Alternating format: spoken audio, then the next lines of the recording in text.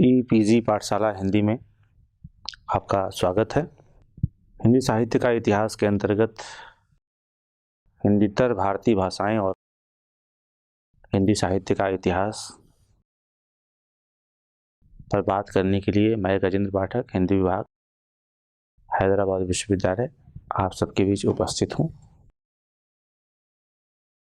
इस पाठ के अध्ययन के उपरांत आप हिंदी और हिंदीतर भारतीय भाषाओं के साहित्य के सांस्कृतिक संबंध की पारस्परिकता से परिचित हो सकेंगे। इसके साथ ही मध्यकाल में हिंदी साहित्य के विकास में हिंदीतर भारतीय भाषाओं के रचनाकारों के योगदान को भी समझ सकेंगे। हिंदी साहित्य की काव्य शैली पर हिंदीतर भारतीय भाषाओं की काव्य शैलियों के प्रभाव से भी आप परिचित हो सकेंगे। हिंदी कहने से आज हम जिस भाषा का अर्थ लेते हैं, सदा से हिंदी का वही अर्थ नहीं रहा। हिंदी सिर्फ एक भाषा नहीं है, वह एक भाषा समूह भी है। मैथिली, भोजपुरी, बुंदेलखंडी, मारवाड़ी, मेवाड़ी, हरियाणवी, अवधी, ब्रज, राजस्थानी, खड़ी बोली आदि कई भाषाएं, उपभाषाएं और बोलियां हिंदी के अंतर्गत ही मानी जाती रही हैं। आगे जब हम हिंदी भाषा का व्यवहार सिर्फ खड़ी बोली के संदर्भ में नहीं करेंगे, बल्कि हिंदी भाषी परिवार के रूप में करेंगे। भारत भौगोलिक एवं सांस्कृतिक विविधता वाला देश है, परंतु भारत में अनेक कारणों से आपसी सांस्कृतिक आकर्षण की स्थिति हमेशा विद्यमान रही है। हिंदी साहित्य के विकास में आदिकाल से ही हिंदी क्षेत्र की भाषाओं के साहित्य पर पड़ोसी भाषाओं के विभिन्न साहित्यिक रूपों का प्रभाव रहा है। मध्यकाल में हिंदी क्षेत्र की भाषाओं के रचनाकारों का हिंदीतर क्षेत्रों से और हिंदीतर भाषाओं के रचनाकारों का हिंदी क्षेत्र से गहन सांस्कृतिक आकर्षण था। धार्मिक यात्राओं की इसमें बड़ी भूमिका थी। इस कारण हिंदी क्षेत्र में रची जा रही भक्तिपरक रचनाओं से प्रभावित होकर हिंदीतर भारतीय भाषाओं के रचनाकारों ने या तो हिंदी क्षेत्र की भाषाओं में रचनाएं की या अपनी भाषा में रचित साहित्य में उनसे प्रभाव ग्रहण किया। रामधारी सिंह दिनकर ने हिंदी की सांस्कृतिक परिधि पर विचार किया था। उन्होंने उस रोचक स्थिति की ओर हमारा ध्यान आकृष्ट किया था कि यह कितने आश्चर्य की बात है और कितने सुखद है कि विद्यापति जितने हिंदी और मैथिली के हैं, उतने ही बांग्ला के। हिंदी के पश्चिमी छोर पर स्थित मीरा के साथ भी यही स्थिति है। मीरा जितनी हिंदी राजस्थानी की हैं, उतनी ही गुजराती की हैं। किसी बांग्ला भाषी से विद्यापति को हिंदी का कहना ठीक उसी तरह है जिस तरह किसी गुजराती से मीरा को हिंदी का कहना। दिनकर जी ने यह रेखांकित किया था कि यह हिंदी की समस्या नहीं बल्कि ताकत है, जिसकी वजह से नवजागरण काल के हिंदीतर भाषी लेखकों और विचारकों ने हिंदी को राष्ट्रभाषा के रूप में देखने का प्रस्ताव किया था। राहुल साईं कृत्यायन ने जब खड़ी बोली के प्रारंभिक कवि के रूप में अमीर खुसरो को न देखकर दक्षिणी के कवियों से इसकी शुरुआत मानी थी, तब बहुत लोगों ने आश्चर्य प्रकट किया था। ये वही लोग थे जो उस बात की तह तक जाने की जरूरत नहीं समझते थे, जिसके कारण कभी गांधी जी और प्रेमचंद ने हिंदी की जगह हिंदुस्तानी की बात की थी। गांधी जी को पता था कि उर्दू से मिली हुई हिंदी के बल पर ही हिंदी को तमिलनाडु तक विस्तार दिया जा सकता है। वे दक्षिण भारत में सिर्फ हिंदी प्रचार सभा के संस्थापक ही नहीं थे, बल्कि उस हिंदी प्रचार में उत्तर से दक्षिण के बीच दक्षिणी हिंदी के उस शीर्षधर्मी चरित्र की भी पहचान रखते थे, जिसके लिए उन्हें हिंदी से ज़्यादा मुफीद हिंदुस्तानी लगती थी। वे जानते थे कि उर्दू से मिलकर ही हिंदी को दक्षिण भारत तक पहुंचाया जा सकता है। राहुल जी ने जब खड़ी बोली और हिंदी को दक्षिणी कवियों से जोड़ा, तब हिंदी का भूगोल ही नहीं, हिंदी की भूमि और भूमिका का भी विस्तार किया। बंगाल, गुजरात, महाराष्ट्र और आंध्र प्रदेश तक विस्तृत हिंदी की परिधि अपनी परिधि से विपरीत मुखी नहीं थी, बल्कि उसका संबंध मुखामुखम का था।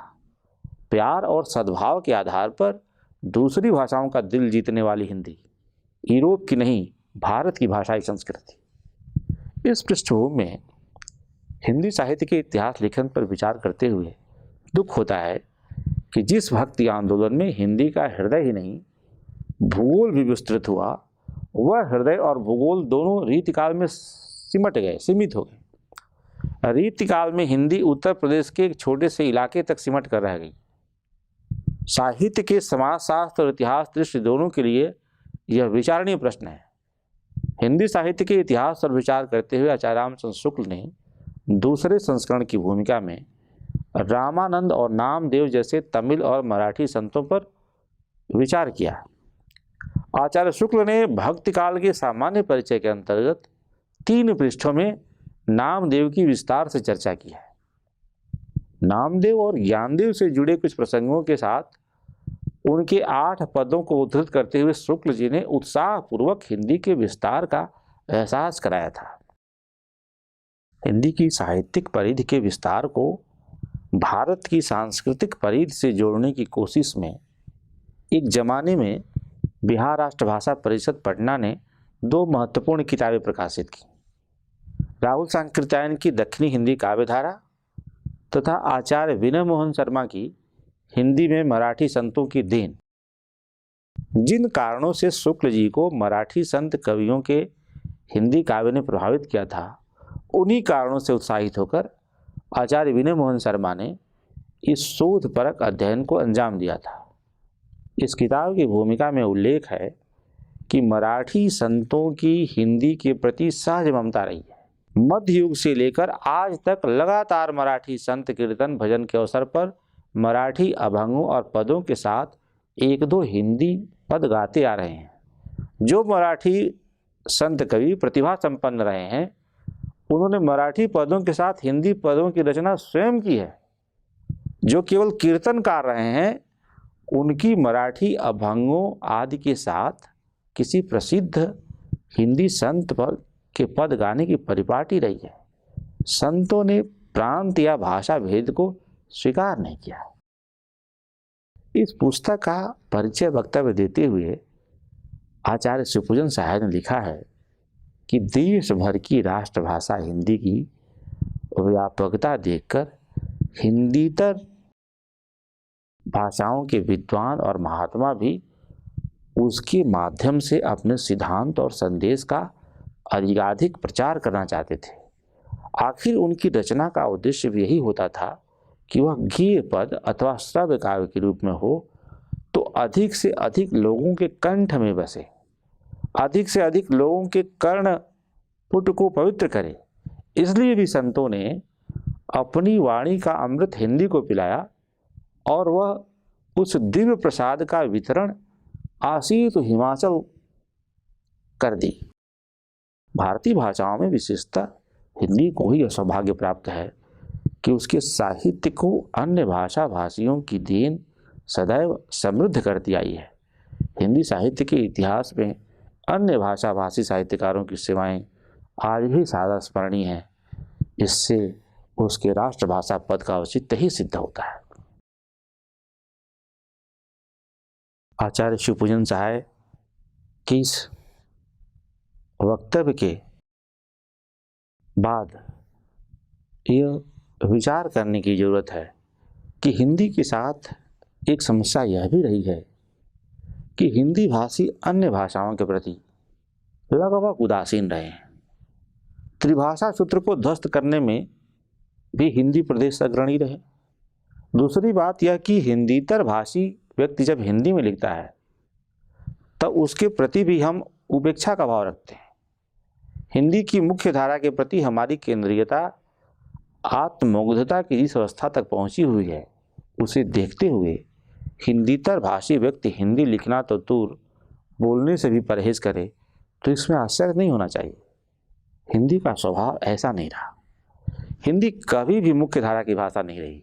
इसलिए हिंदी के नाम पर मुख्य धारा की अवधारणा विकसित करने वाले हिंदी की मूल चेतना के साथ अन्याय करने वाले लोग हैं। हिंदी के लोकतंत्र में सर्वाधिक जगह हाशिए की होनी चाहिए, वह हाशिया नायकत्व का हो, विषय का हो, चाहे भूगोल का हो। हिंदीतर भारतीय भाषाओं के संतों का हिंदी लेखन हिंदी साहित्य संबंधी हमारी समझ को विस्तार देता है। इसी संदर्भ में विनय मोहन शर्मा ने महाराष्ट्र में हिंदी के 2 रूपों की चर्चा की है। उन्हीं के शब्दों में, महाराष्ट्र में हिंदी के 2 रूप विकसित हुए। एक वह जिसमें अरबी फारसी के शब्दों का थोड़ा बहुत मिश्रण और स्थानीय भाषाओं की छाया दिखाई देती है। इस रूप को दक्षिणी हिंदी अथवा रेखता कहा गया है। और दूसरा वह जिसमें खड़ी बोली, ब्रजभाषा आदि के मिश्रण के साथ मराठी का पुट परिलक्षित हुआ। इसे मराठी हिंदी के नाम से अभिहित किया जा सकता है। राहुल सांकृत्यायन ने जिस तरह खड़ी बोली कविता की शुरुआत का श्रेय दक्षिणी काव्यधारा को दिया है, उसी तरह विनय मोहन शर्मा ने इस किताब में निर्गुण पद्य की शुरुआत का श्रेय नामदेव को दिया। वो लिखते हैं कि यह सत्य है कि कबीर के समान नामदेव की रचनाएं प्रचुर मात्रा में नहीं मिलती, परंतु जो कुछ प्राप्य है उसमें उत्तर भारत की संत परंपरा का पूर्व आभास मिलता है और उनके परवर्ती संतों पर निश्चय ही उनका प्रभाव पड़ा है, जिसे उन्होंने मुक्त कंठ से स्वीकार किया है। ऐसी दशा में उन्हें उत्तर भारत में निर्गुण भक्ति का प्रवर्तक मानने में हमें कोई झिझक नहीं होनी चाहिए। संभवतः हिंदी जगत तक उनके संबंध में पर्याप्त जानकारी न पहुंच सकने के कारण उन्हें वह स्थान नहीं प्राप्त हो सका जिसके खड़ी बोली और निर्गुण कविता दोनों के पुरस्कर्ता कवि तथा कथित हिंदी प्रदेशी बाहर हैं। हिंदी में कविता लिखने वाले नामदेव अकेले कवि नहीं है। नामदेव से पहले मुस्लिम आक्रमण से पूर्व मराठी या यादवकालीन चक्रधर, महदा मिशा, दामोदर पंडित, ज्ञानेश्वर और मुक्ताबाई जैसे संत कवियों ने इसकी विधिवत पृष्ठभूमि निर्मित कर दी थी।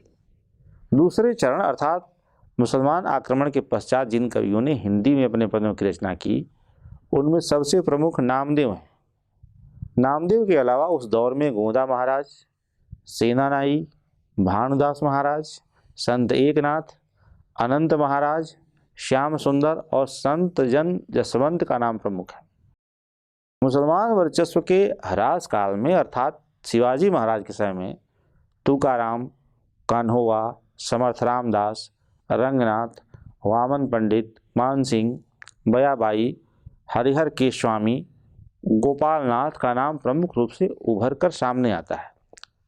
चौथे चरण में अर्थात पेशवा के समय में और उसके बाद जिन हिंदी से भी मराठी संत कवियों का नाम उभर कर सामने आता है, उनमें मध्य मुनीश्वर, शिवदिन केसरी, अमृत राय, सिद्धेश्वर महाराज, माधव, नरहरिदास, कृष्णदास, देवनाथ महाराज, दयालनाथ, विष्णुदास, गुलाबराव, गंगाधर और भामिक के नाम प्रमुख हैं।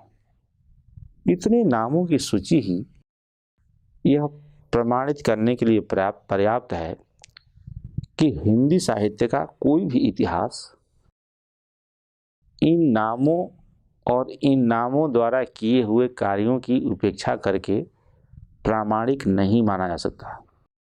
आचार्य शुक्ल ने हिंदी साहित्य का इतिहास के दूसरे संस्करण में नामदेव जैसे कवियों की चर्चा संख्या के बल पर नहीं, काम के बल पर की थी, और यह काम सिर्फ ऐतिहासिक महत्व ही नहीं रखता।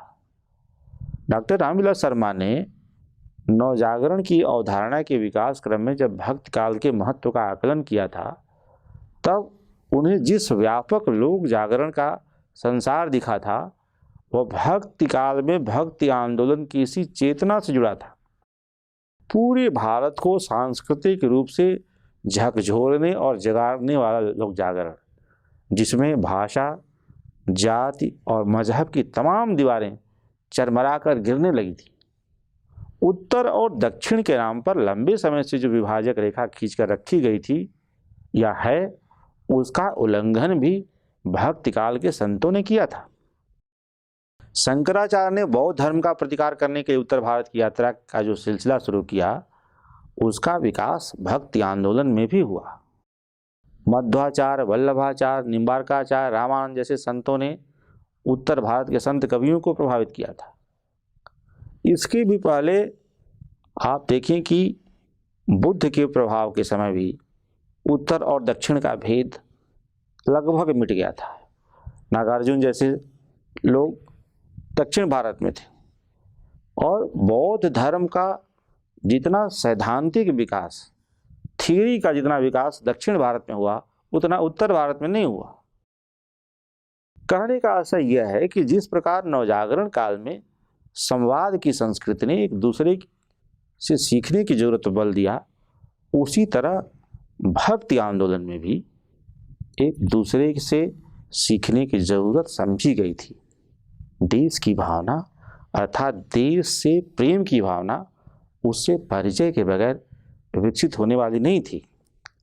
जिस प्रकार नवजागरण काल के सभी लेखक पत्रकारिता से जुड़े थे, उसी प्रकार भक्ति काल के सभी कवि अनिवार्य रूप से यात्री थे। वे लंबी यात्राएं करते थे और ये यात्राएं महज तीर्थ यात्राएं नहीं थीं। मराठी के हिंदी में लिखने वाले संत कवियों की एक और विशेषता यह है कि उन्होंने मराठी में प्रचलित छंदों में कविताएं लिखकर हिंदी साहित्य को शिल्प के स्तर पर समृद्ध किया है। उदाहरण के तौर पर ओवी छंद, जो कि मराठी का एक लोकप्रिय लोक छंद है, जिसमें महाराष्ट्र की ग्रामीण स्त्रियां अपने दैनिक व्यवहार के गीत गाती हैं, चक्की पीसते हुए, बच्चों के लिए लोरी सुनाते हुए, खेतों में धान काटते हुए, खलिहान में उसे ओसाते हुए, अर्थात जीवन के बिल्कुल सहज सरल और दैनिक रूप का प्रतिनिधि यह छंद इन कवियों द्वारा हिंदी साहित्य को मिला हुआ एक अनमोल तोहफा है, अनमोल उपहार है। यह एक तरह से गुम्फित छंद होता है जिसमें 3 चरण होते हैं। ओवी की तरह ही अभंग एक लोक छंद है। नामदेव जैसे अनेक महत्वपूर्ण कवियों ने इस छंद में अपने पदों की रचना की है। अभंग का अर्थ होता है इसको भंग न किया सके, अर्थात अटूट, एक ऐसा छंद जिसकी लंबाई की कोई सीमा नहीं होती। अभंग और ओवी में समानता इस दृष्टि से है कि दोनों के दूसरे और तीसरे चरण में यमक अलंकार आता है। उदाहरण के तौर पर, नाम प्यारा है भगत, उसे जानता है जगत, बम्मन आया गुणंत गुणंत, लगत लगत गाँव मो, बम्मन कहे नामदेव, मुझे पूजना भूदेव, इति बात मुझे देव, महादेव गंगा मो। ये गोदा महाराज की कविता है। इसी तरह भारुण और गारुण काव्य शैली में सामाजिक पाखंडों पर व्यंग्य लिखने की एक लंबी परंपरा भी मराठी कवियों में दिखाई पड़ती है। संत एकनाथ अपने गारुण छंद के लिए मशहूर है। आडंबरधारी जोगियों, सपेरों और फकीरों पर उनका यह पद द्रष्टव्य है। यारों देखो रे देखो, गाय भी गारुणी आया, पहला पहला कछु नहीं देखे, कुछ नहीं देखे, निराकार निज रूपा, अलख हाथ मोह पलक बतावे, माया शगुण रूपा, चल चल चल चल, री री री री, गा गा गा गा, बा बा बा बा। अन्य प्रमुख मराठी छंद जिसमें संत कवि ने अपनी रचनाएं की हैं, वे क्रमशः ध्रुपद, ख्याल और लावनी है। लावनी मुख्य रूप से श्रृंगार प्रधान रचनाओं के लिए मुफीद छंद है। पेशवाओं के समय में इसका खूब प्रचार प्रसार हुआ। हिंदी के रीतिकाल में जिस तरह राधिका कन्हई सुमिरन के बहाने बने थे, उसी तरह लावनियों के माध्यम से भक्ति परक रचनाएं श्रृंगार की ओर बढ़ चली। भक्ति और श्रृंगार के संबंधित प्रयोग के लिए लावनियां काफी प्रसिद्ध हैं। मराठी के इन सभी छंदों ने हिंदी के मध्यकालीन साहित्य को जो विस्तार दिया है, उससे हिंदी का शिल्प समृद्ध हुआ है। निष्कर्ष के तौर पर हम कह सकते हैं कि हिंदी साहित्य के इतिहास चिंतन में इन हिंदीतर कवियों की हिंदी काव्य साधना की उपेक्षा नहीं की जा सकती। मध्यकाल में रचित हिंदी साहित्य के भाव और शिल्प दोनों पर हिंदीतर भारतीय भाषाओं के साहित्य का गहरा प्रभाव है। यह प्रभाव इतना गहरा है कि मीरा और विद्यापति जैसे हिंदी क्षेत्र की भाषाओं के कवियों को इनके सीमांत हिंदीतर भाषाओं के लोग अपना कवि मानते हैं। मध्यकाल में हिंदी साहित्य के विकास को हिंदीतर भाषाओं के साहित्य के अध्ययन के बिना समझना मुश्किल है। आप याद रखें कि जब सूरदास को समझने की कोशिश कर रहे थे आचार्य शुक्ल, तो उनके सामने जो समस्या थी कि ब्रजभाषा की इस परंपरा को कहाँ से जोड़ा जाए। ब्रजभाषा की परंपरा को जोड़ने के क्रम में ही वे महाराष्ट्र के संत कवियों के पास गए थे और उनकी ब्रजभाषा कविता को ही उन्होंने सूरदास की पुरखा भाषा माना था। भाषा के इतिहास में, साहित्य के इतिहास में हाशिए को और भारत की जो सांस्कृतिक विरासत है उसको ध्यान में रखें तो हिंदी का हिंदीतर भाषाओं से, हिंदीतर प्रदेशों से जो संबंध है वह सिर्फ अतीत का प्रश्न नहीं है। हिंदी सिनेमा की राजधानी मुंबई है। हिंदी पत्रकारिता की शुरुआत जहाँ से हुई वह शहर कलकत्ता है। खड़ी बोली हिंदी की जहाँ शुरुआत हुई वह हैदराबाद है, दक्खनी है। ये तीनों जगहें हिंदी भाषी प्रदेशों से दूर हैं, लेकिन हिंदी की स्वीकार्यता को समझने में, उनको पहचानने में और हिंदी के विकास में इनका जो योगदान है इसकी अनदेखी नहीं की जा सकती। आज भी हिंदी में हिंदीतर प्रदेशों से बाहर रहकर जो रचनाकार लिख रहे हैं, सुदूर केरल में, उत्तर पूर्व के राज्यों में, या इतना ही नहीं, आप भारत से बाहर रहकर लिखने वाले प्रवासी भारतीयों के साहित्य की उपेक्षा करके हिंदी साहित्य का कोई मुकम्मल इतिहास अब नहीं लिख सकते। अंग्रेजी साहित्य अगर पूरी दुनिया में फैला है तो आज अगर अंग्रेजी साहित्य का इतिहास लिखना हो तो वह सिर्फ इंग्लैंड के अंग्रेजी साहित्य का इतिहास नहीं होगा, उसमें अमेरिकन साहित्य का इतिहास है, उसमें ऑस्ट्रेलियन साहित्य का इतिहास है, उसमें भारत में अंग्रेजी लेखकों द्वारा लिखा हुआ साहित्य है। रविन्द्रनाथ ठाकुर ने जब अंग्रेजी साहित्य के महत्व को, आधुनिकता को समझने की कोशिश की थी और इस विषय पर उन्होंने आधुनिकता और साहित्य शीर्षक से एक व्याख्यान दिया था, उसमें उन्होंने कहा था कि अंग्रेजी साहित्य की एक बहुत बड़ी विशेषता यह है कि उसने अपने ज्ञान को लोहे के बक्से में बंद करके नहीं रखा। संस्कृत साहित्य इतना महान होते हुए भी आज जिस जगह पहुंचा है उसको देखते हुए हमें यह सबक लेना चाहिए, हिंदी वालों को सबक लेना चाहिए कि हम बक्से में बंद करके अपने भूगोल को सीमित करके आगे नहीं बढ़ सकते।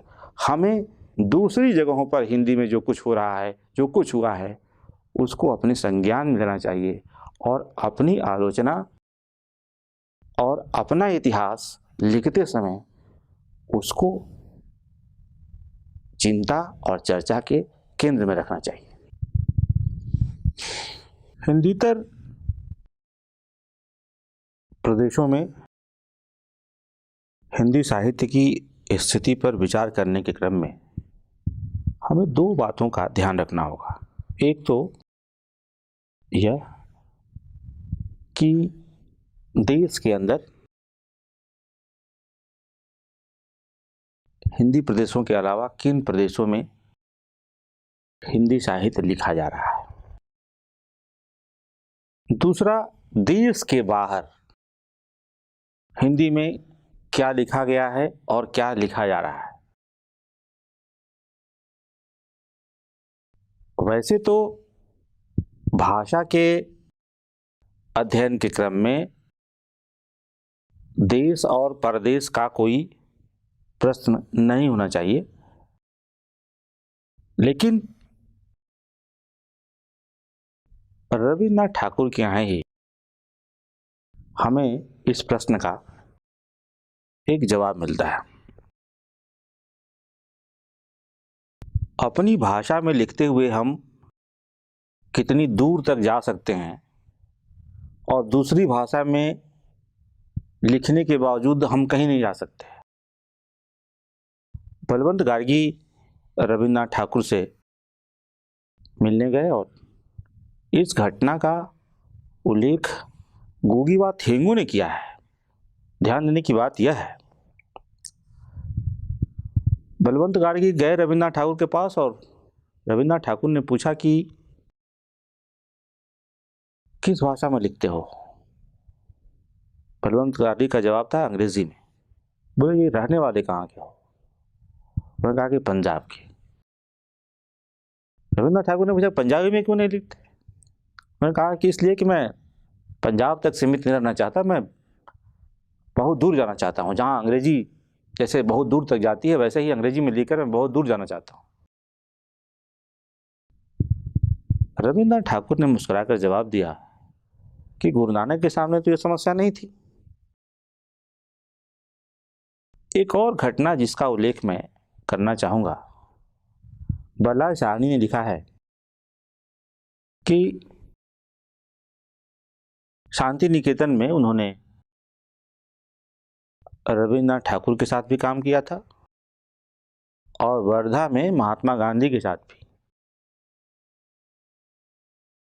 उन्हें आश्चर्य होता था कि रविन्द्रनाथ ठाकुर पूरी दुनिया के साहित्य को जानते हैं, हर जगह जाते हैं, इतना अंतर्राष्ट्रीय फलक है उनका, फिर भी लिखते हैं सिर्फ और सिर्फ बांग्ला में। वर्धा में गांधी जी के साथ काम करते हुए भी उन्हें यही समस्या थी। गांधी जी पूरी दुनिया और पूरे देश, लेकिन लिखते थे केवल गुजराती में।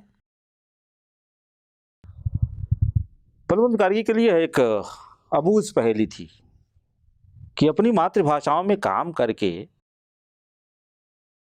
कोई कितना आगे जा सकता है।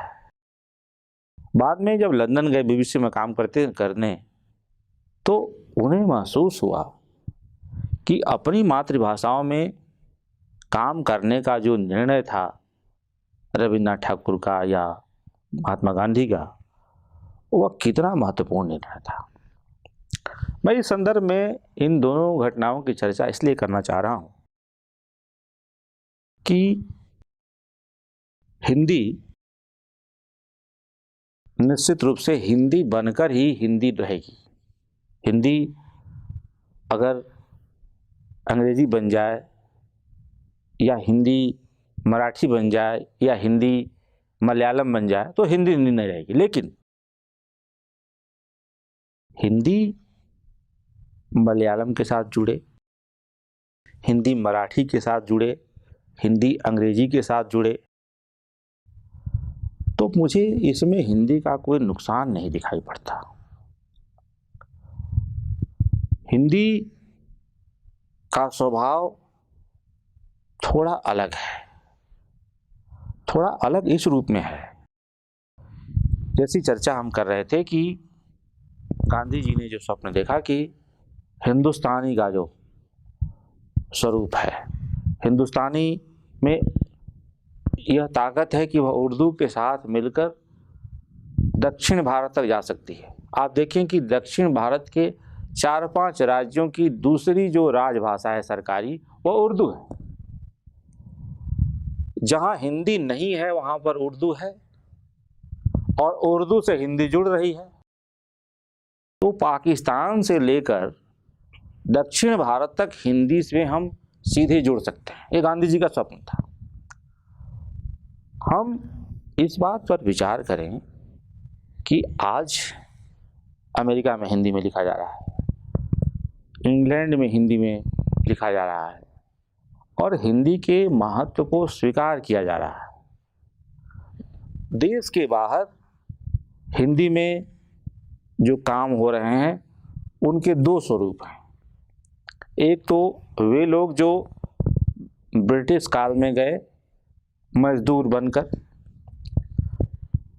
गिरमिटिया मजदूर जिसे कहते हैं, उन गिरमिटिया मजदूरों की जो संतानें हैं, जो उनकी आगामी पीढ़ियां हैं, वे हिंदी में लिख रही हैं। जैसे अभिमन्यु अनंत हैं, RSS में लिख रहे हैं, और तमाम लोग।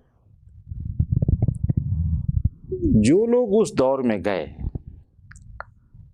वे रामचरितमानस भी लेकर गए, तुलसीदास को साथ साथ लेकर गए, और राम काव्य की परंपरा, इस पर एक बहुत अच्छा शोध हो सकता है, कई शोध हो सकते हैं कि अपने पूर्वजों द्वारा लाई हुई कविता को, उस रामचरितमानस को, उस तुलसीदास को उनकी भावी पीढ़ियों ने कितना संभाल कर रखा है। और सुषम बेदी का भी मैंने एक लेख पढ़ा जिसमें वो कह रही हैं कि वे पीढ़ियां जो उस दौर में गई, अब वे हिंदी में नहीं लिख रही हैं, अंग्रेजी में लिख रही हैं। जबकि जो लोग अभी हाल हाल में गए हैं भारत से बाहर, जिसमें स्वयं है, जिसमें त्रिजन शर्मा जैसे लोग हैं इंग्लैंड में, या उषा प्रियमदा हैं, इन लोगों ने हिंदी को बचा कर रखा है। तो यह एक बड़ा प्रश्न मुझे लगता है कि पुरानी स्मृतियों के आधार पर हिंदी में लिखना और हाल फिलहाल जाकर हिंदी में लिखना, प्रवास में ये दोनों दो अनुभव हैं। हमें इस पर विचार करना चाहिए। हिंदी साहित्य के इतिहास लेखन में इस पर विचार करने की जरूरत है। देश के अंदर हम देखें तो आज बहुत सारा लेखन हिंदी का उत्तर पूर्व के राज्यों में हो रहा है। हिंदी से भी ऐसे हैं उत्तर पूर्व में जो अपना सब कुछ लगाकर, जान की कीमत लगाकर भी हिंदी में काम कर रहे हैं, आश्रम खोलकर हिंदी में बच्चों को पढ़ा रहे हैं। उनकी यह हिंदी सेवा हमें स्वाधीनता आंदोलन के दौरान कुछ लोगों, कुछ महापुरुषों द्वारा की हुई हिंदी सेवा की याद दिलाती है। केरल में आप जाएं और देखें, केरल में हिंदी में जिस तरह से काम हो रहा है, जिस तरह से लोग गंभीरतापूर्वक काम कर रहे हैं, वह हमारे लिए प्रेरणा और उत्साह का विषय है। जितनी गंभीरता से केरल में लोग हिंदी में काम कर रहे हैं, उतनी गंभीरता से हिंदी प्रदेशों में लोग नहीं काम कर रहे हैं। वह उनके लिए एक पराई भाषा है। आप याद करें, नवजागरण के दौर में कुमारन आशान कितने राज्यों में गए, केरल छोड़कर कर्नाटक गए, तमिलनाडु गए, बंगाल गए, और जहां जहां गए उन्होंने कन्नड़ ऐसी सीखी कि कन्नड़ में कविताएं लिखने लगे। तमिलनाडु गए, तमिल में लिखा। बांग्ला में, बंगाल गए, बांग्ला सीखी और बांग्ला में लिखा। अंग्रेजी में तो लिखते ही थे। भक्ति आंदोलन ने जो संस्कृति विकसित की, जो निर्मित की, जिसमें सभी भाषाएं हमारी एक दूसरे से मिल रही हैं, बातचीत कर रही हैं, उसमें कोई दीवार नहीं, बीच में कोई चाहे कि कोई दीवार खड़ा करे, वो दीवार सब टूट रही है। राम काव्य परंपरा में आप देखें, तेलुगु के पुतन्ना है, विमन्ना है, संत कवि, और आप उनसे कबीर को मिलाकर देखें, तुलसीदास को मिलाकर देखें, मराठी में नामदेव को मिलाकर देखें। ये सब भाषाओं की दीवार तोड़ने वाले लोग हैं। यही काम नवजागरण में हुआ, और इस काम को वहीं तक रोकना उचित नहीं है, इसे आगे बढ़ाने की जरूरत है। यह काम हिंदी में हो सकता है, हो रहा है, और हिंदी साहित्य के इतिहास लेखन में हमेशा उस नए क्षेत्र की तलाश करने की जरूरत है, जो नया क्षेत्र हिंदी क्षेत्र से बाहर पूरे उत्साह के साथ काम कर रहा है।